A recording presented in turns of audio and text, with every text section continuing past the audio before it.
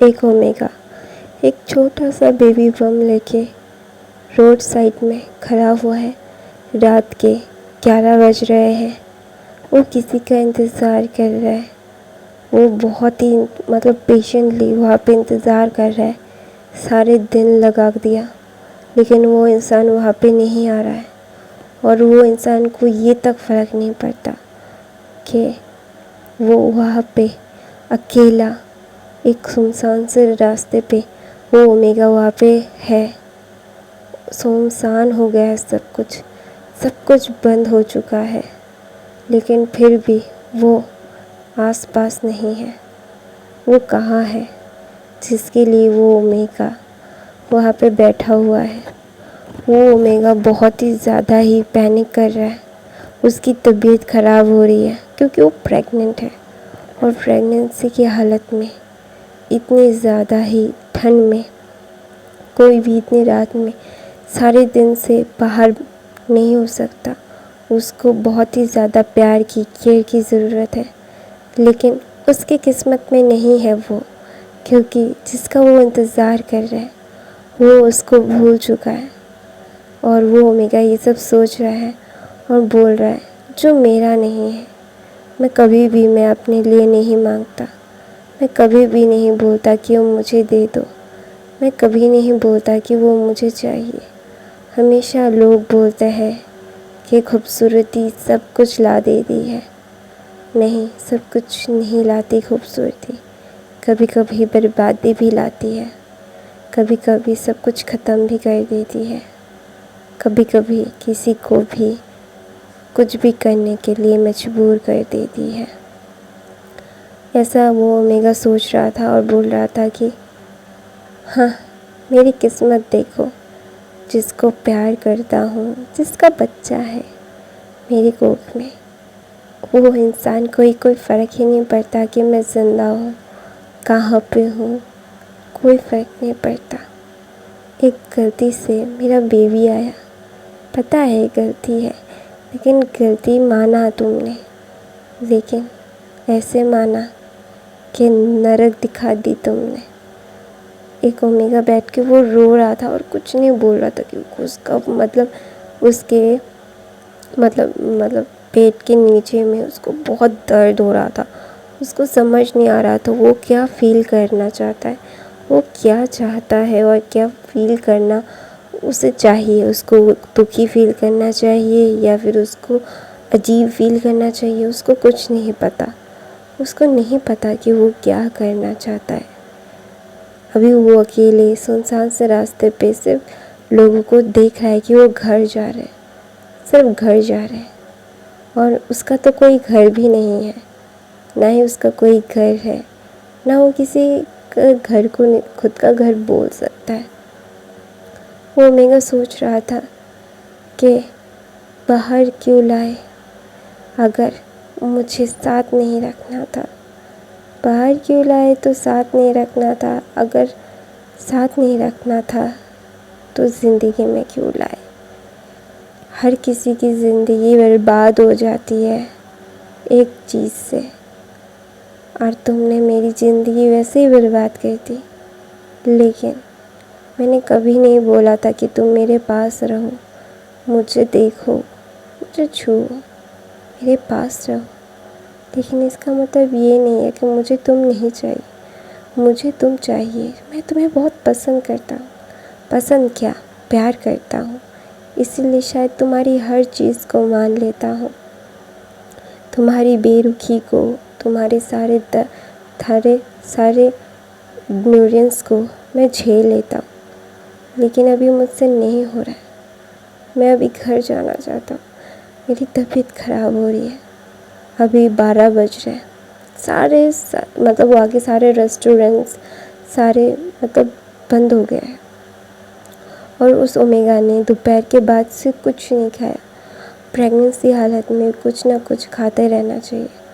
और उसके पास इतने पैसे नहीं थे कि वो खाना खा सके, क्योंकि उसने इतना पैसा लाया ही नहीं, क्योंकि वो अपने हस्बैंड के साथ बाहर आया था। क्योंकि उसके हस्बैंड ने उसको बीच रास्ते में उतार के बोला कि उस रेस्टोरेंट में बैठे रहो, जब मैं घर जाऊंगा तो मैं साथ लेके जाऊंगा। तो दूसरी तरफ से एक अल्फ़ा आ रहा था और वो थोड़ा सा परेशान नज़र आ रहा था और बोल रहा था कि शिट शिट।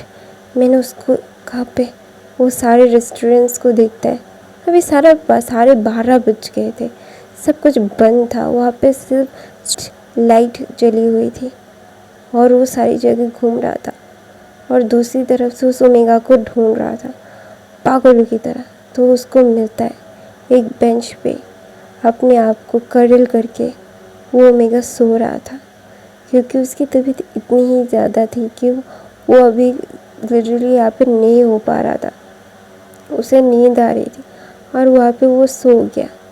उसको इस बारे में भी चिंता नहीं हो रही थी कि वो प्रेग्नेंट है और ये बाहर सोना उसके लिए खतरे से खाली नहीं है क्योंकि कोई भी अल्फ़ा उसके ऊपर अटैक कर सकता है। उसको ये सब की चीज़ें भी समझ नहीं आई। तो वो अल्फ़ा बोलता है विंग विंग। तो ना हाँ, उस ओमेगा का नाम विंग था। तो वो अचानक से उठ जाता है और वो जब देखता है कि लैंसन आया है तो ना वो कुछ नहीं बोलता, वो सिर्फ देखता है। फिर ना बोलता है कि अभी क्या घर जाने वाले हैं हम, या फिर आपको और कहीं जाना है लैंसन? तो ना लैंसन एकदम चुप हो जाता है। वो ना एकदम मतलब उसको समझ नहीं आ रहा था कि वो उसको माफ़ी मांगे, वो क्या बोले। वो उसको माफ़ी मांगना चाहता था लेकिन वो मेरे को बोल रहा था कि आपको और कोई काम है क्या, आप बाहर और काम करना चाहते हो? तो ये उसको लगा था कि विंग उसके ऊपर चिल्लाएगा, रोएगा, उसको बोलेगा कि उसके साथ ऐसा क्यों किया। लेकिन वो मेरा ये क्या बोल रहा है, मतलब उसको कुछ समझ नहीं आया। तो ना बोलता है नहीं चलो घर चलता है। तो ना विंग अपना सर हाँ में हिलाता है और ना उसको बहुत टमी में पेन हो रहा था, उसको बिल्कुल भी सैड नहीं हो रहा था। लेकिन फिर भी वो मतलब लैंसन को एक बार भी नहीं बोलता कि आप मुझे पकड़ो, मुझे मतलब उठने में मदद करो। उसके पैर सुन्न हो गए थे, उसको ठंड लग रही थी, लेकिन फिर भी वो कुछ नहीं बोला। वो ना उठने की कोशिश करता और धर्म से वहाँ पे ही बैठ जाता। तो ना एक बार लैंसन उसको तो पकड़ता है। तो ना विंग बोलता है नहीं आपको पकड़ने की ज़रूरत नहीं, मैं खुद जा सकता हूँ। ऐसा बोल के ना वो चलने लगता। उसको बहुत तकलीफ़ हो रही थी। तो ना उसके बेबी बम को, छोटे से बेबी बम को मतलब टाइटली पकड़ के वो चल रहा था। तो ना लैंसन बोलता है नहीं मैं तुम्हारी हेल्प कर देता हूँ। तो विंग बोलता है नहीं नहीं नहीं नहीं कोई बात नहीं। ऐसा बोल के ना वो एकदम बैक साइड के मतलब गाड़ी के बैक साइड में जाके सो जाता है। मतलब वो जाके वहाँ पे लेट जाता है अपने पीठ के बल। और वो ना मतलब कार की डिक्की बंद कर देता है, खुद ही खुलता है, खुद ही बैठ जाता है। तो ना लैंसन बोलता है कि विंग आई एम सॉरी। तो बोलते हैं नहीं कोई बात नहीं, मेरी गलती थी कि मैं आपके साथ आ गया, मुझे भी मैं मना कर सकता था, मेरी गलती है, आपकी कोई गलती नहीं है। फिर ना लैंसन सिर्फ उसको देखता रहता है। तो विंग ना अपनी आंखें बंद करके वहाँ पे अपने आप को थोड़ा सा कडल कर लेता। उसको बहुत ठंड लग रही थी और कार में एसी चल रहा था और विंग ने ये भी नहीं बोल रहा था कि कार का एसी बंद कर दो। लैंसन ये सब देख रहा था और ना विंग चाहता था कि मतलब लैंसन को कोई प्रॉब्लम ना हो, उसको ज़्यादा तकलीफ़ ना हो। तो उसको तकलीफ़ मतलब विंग खुद को तकलीफ़ दे सकता था, लैंसन को कोई तकलीफ़ हो वो नहीं चाहता था कि लैंसन को कोई तकलीफ़ हो। इसीलिए ना वो लैंसन को कुछ नहीं बोलता। तो ना लैंसन घर आ जाता है। तो विंग ना बहुत ही मुश्किल से चल चल के मतलब मैंशन की तरफ जा रहा था। तो ना वहाँ पे लैंसन बोलता है विंग क्या मैं तुम्हें क्या। फिर ना लैंसन की कोई भी बात ना सुन के ना विंग कमरे में चला जाता है और कमरे में जाके ना वो वहाँ पे दवाई ढूंढता रहता है क्योंकि उसको दवाई खानी थी। तो उसने दवाई खाई। फिर ना वो थोड़ा देर तो वहाँ पे बैठा रहा। फिर लैंसन ने अपने मतलब दरवाज़ा खोला और वो अंदर आया। तो ना बीइंग बोलता है आप सो जाओ या फिर आप फ्रेश होना चाहते हो। तो ना लैंसन बोलता है हाँ मैं फ्रेश होना चाहता हूँ। तो ना लैंसन ना जब फ्रेश होने जाता है तो ना देखता है बीइंग क्या कर रहा है। फ्रेश होके आके देखता है कि बीइंग ना सोफे पे सोने की तैयारी कर रहा था। बीइंग को बहुत पेट में दर्द हो रहा था, उसको बिल्कुल सहन नहीं हो रहा था, लेकिन फिर भी वो ना एकदम चुपचाप था। उसको कोई भी मतलब ना ही वो कुछ बोल रहा था, ना कुछ कह रहा था, ना कुछ बोल रहा था। वो चुपचाप ना अपने दर्द को सहन कर रहा था क्योंकि उसको पता था कि ये क्यों हुआ है। तो ना बीइंग को अभी इतनी भी ताकत नहीं थी कि वो जाके कुछ खा ले या फिर कुछ मतलब वो कंज्यूम कर ले। तो ना लैंसन बोलता है बीइंग तुम ना बेड पे सो जाओ, मैं यहाँ पे सो जाता हूँ। तो ना बीइंग बोलता है नहीं लैंसन अब आप अपने बेड पे सो जाओ और मैं यहाँ पे कंफर्टेबली सो जाऊँगा। मैं इतना ज़्यादा मुझे स्पेस नहीं चाहिए, मुझे यहीं पे कंफर्टेबल फील होता है, अब जाओ। ऐसा बोल के बीइंग ना मतलब सो जाता है। और वो ना मतलब लिटरली सोने ही वाला था तो ना उसको हिट करता है कि हाँ उसको कंफर्टेबल अपने क्लोथ पहनने चाहिए, उसको थोड़ा सा हाथ मुंह धोना चाहिए तो उसको फील अच्छा होगा। तो ना लैंसन बीइंग ना बहुत ही मुश्किल से जाता है क्या बोलता है वॉशरूम में जाने के बाद ना लैंसन ये सारी चीज़ें नोटिस कर रहा था कि बहुत स्लोली चल रहा है। तो ना उसको मतलब थोड़ा सा डाउट हुआ कि बीइंग ऐसा क्यों चल रहा है। तो फिर भी ना वो मतलब उसको कोई फ़र्क नहीं पड़ता था, तो फिर भी उसको थोड़ा सा परेशानी हो रही थी कि बीइंग ऐसे क्यों चल रहा था। तो ना बीइंग जब ऐसे तो बीइंग तो ऐसे नहीं चलता है ना, तो वो उसको ना ऐसा बिल्कुल भी सही फीलिंग नहीं आ रही थी उसके लिए। फिर भी ना वो बीइंग को बाहर आते हुए देखता है और बीइंग फिर से ना वो सब मतलब उसको खुद मतलब 1 घंटा लगा था फ्रेश होने के लिए क्योंकि वो उसको इतना ज़्यादा तकलीफ़ हो रही थी।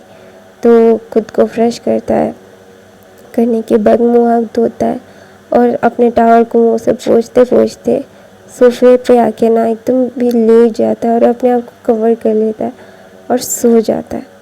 और ना लैंसन सिर्फ बीइंग को देख रहा था, उसे पता नहीं क्यों मतलब अजीब लग रहा था, उसको बिल्कुल भी सही फीलिंग नहीं हो रही थी लैंसन को। वो चाहता था कि बीइंग कुछ बोले, उससे शिकायत करे कि उसने ऐसा क्यों किया, उसके मतलब वो उसको पूछे कि मतलब उसको मतलब जस्टिफाई करे कि उसने ऐसा लेट क्यों किया। उसने कुछ नहीं पूछा और बीइंग सो गया। क्यों? फिर ना वहाँ पे लैंसन ना फिर सो जाता है। फिर सो जाने के बाद ना सुबह के 10 बजे मतलब लैंसन उठ जाता है। प्रोबेबली बीइंग हाँ वो 9 बजे उठ जाता है। हमारा बीइंग बहुत अच्छा बच्चा था, वो ज़्यादा देर नहीं करता था, 9 बजे उठ जाता था और हमेशा से लैंसन 10 बजे उठता था। तो ना जब लैंसन देखता है 10 बज गए और बीइंग नहीं उठा है तो ना उसको थोड़ा सा कंफ्यूज लगा। बीइंग का तबीयत जितना भी ख़राब हो, उसका भी तो मॉर्निंग सिकनेस भी हो रही थी ना, तो अभी बीइंग और जल्दी जल्दी उठ जाता था। सुबह के 6 बजे 5 बजे उठ जाता था, उसको नींद नहीं आती थी। तो ना बीइंग के पास जाता है और ना बीइंग को उठाने लगता है क्योंकि लैंसन की मॉम बाहर थी। तो ना लैंसन पैनिक कर दिया था क्योंकि अगर उसकी मॉम को पता चल जाता है कि बीइंग सोफे पे सो रहा है तो वो बहुत ही ज़्यादा ही प्रॉब्लम हो जाएगा, क्योंकि लैंसन की मॉम बीइंग को बहुत प्यार करती है, लिटरली बहुत ही ज़्यादा प्यार करती है। तो ऑब्वियसली अभी अगर लैंसन को मॉम को ये सब पता चला तो लैंसन की तो खैर नहीं, उसका तो जान चला जाएगा। तो ना वहाँ पे मैडम लैन तो बाहर थी, तो वहाँ पे मैडम लैन की वजह से भी लैंसन ना बीइंग को उठाने लगता है क्योंकि अगर वो उसको छुपाना चाहता था, लेकिन फिर बीइंग ना नहीं उठ रहा था। तो क्या करता है बीइंग को ना बाहों में लेता है और बेड पे जाता है, उसको बेड पे सुला देता है। सुला देने के बाद ना तो फिर उस मतलब वो पिलो लेके अपने बेड पे फेंक देता है और जाके दरवाज़ा खोलता है। तो मैडम लैन बोलती है कि इतना देर क्यों हो गया, बीइंग कहाँ पे, बीइंग नीचे क्यों नहीं आया ब्रेकफास्ट करने के लिए, तुम तो लेट लतीफ़ हो मुझे पता है, लेकिन फिर भी तुम रात को इतनी लेट से क्यों आए? तुम्हें नहीं पता कि वो प्रेग्नेंट है और उसे बाहर रहना इतने देर?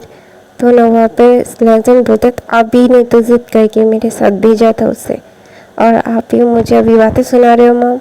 तो मैडम लैन बोलती मैंने तो बोला था कि इसको घुमा के घर भेज देना, लेकिन तुमने क्या किया?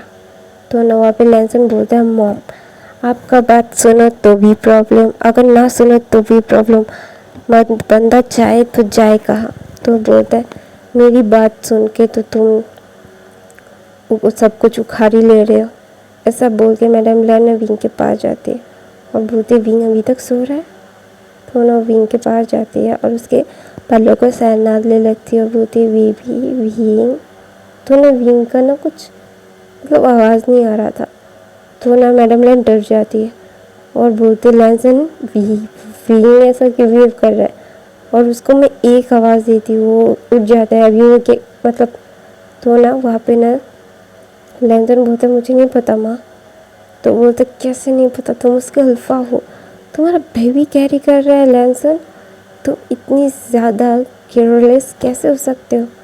तो वी लैंसन बोलते मुझे नहीं पता मॉम आपकी मैं फिर ना लैंसन की मॉम बोलते डॉक्टर को बुलाओ गधे।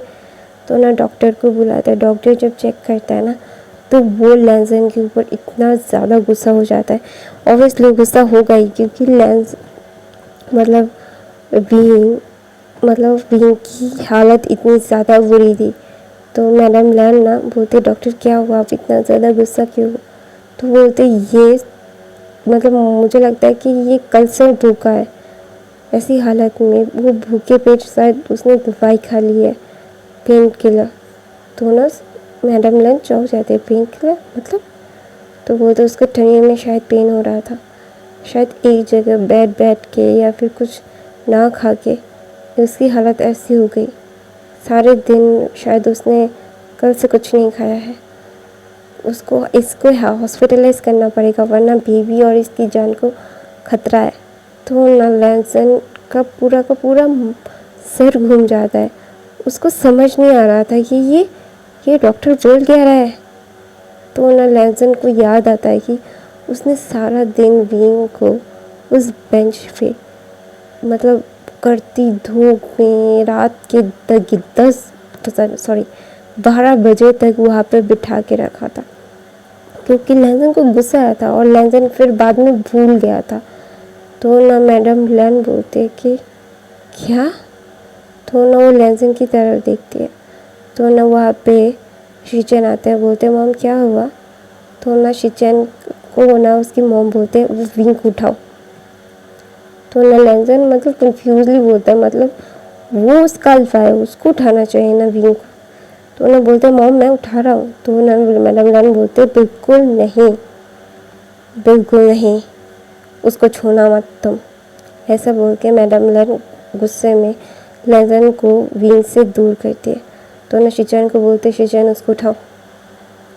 तो ना शिचन अपनी माँ की बात सुनता है और विंग को गोद में उठा लेता है। गोद में उठाने के बाद बोलता है मैडम लैन बोलते चलो हॉस्पिटल चलते हैं। तो ना लैंसन भी पीछे आ रहा था। तो मैडम लैन बोलती है आने की ज़रूरत नहीं है लैंसन, तुम अपने काम से काम रखो। सॉरी तुम्हारे ऊपर इस ओमेगा को थोपने के लिए। ऐसा बोल के मैडम लैन ना विंग को लेके मतलब शिचन को बोलती है विंग को लेके चलो। तो विंग को लेके वहाँ से चली जाती है। तो ना लैंसन ना मतलब फुल्ली शॉक था अपनी मॉम की बातों से। उसे समझ नहीं आ रहा था उसकी मॉम ऐसे रिएक्ट क्यों कर रही है। क्या उसकी गलती है? प्रोबेबली यस, उसकी गलती है। एक प्रेग्नेंट ओमेगा को उसने ऐसे ट्रीट किया। उसको ऐसा नहीं करना चाहिए था। उसको समझना चाहिए था कि एक प्रेग्नेंट ओमेगा को ऐसे ट्रीट करना बिल्कुल भी सही बात नहीं है। तो ना लैंसन को गिल्टी फील हो रहा था। तो फिर वो भी ना हॉस्पिटल चला जाता है। फिर 3 घंटे के बाद डॉक्टर बाहर आके बोलते हैं वो अभी स्टेबल है। तो मैडम लैन बोलते हैं लैंसन, फिर लैंसन देखता है बोलता है हाँ मम विंग को डिवोर्स दे दो, तुम्हें उससे छुटकारा चाहिए ना, मिल जाएगा। फिर ना वो अपने लॉयर को फ़ोन करती है और बोलते हैं कि डिवोर्स पेपर्स तैयार करो, क्योंकि मैडम लैन को सारी बातें पता चल गई थी। तो मैं अपनी गाइस ये पे ख़त्म करती हूँ। आपको ये फर्स्ट पार्ट ये कहानी का कैसा लगा प्लीज़ कमेंट करके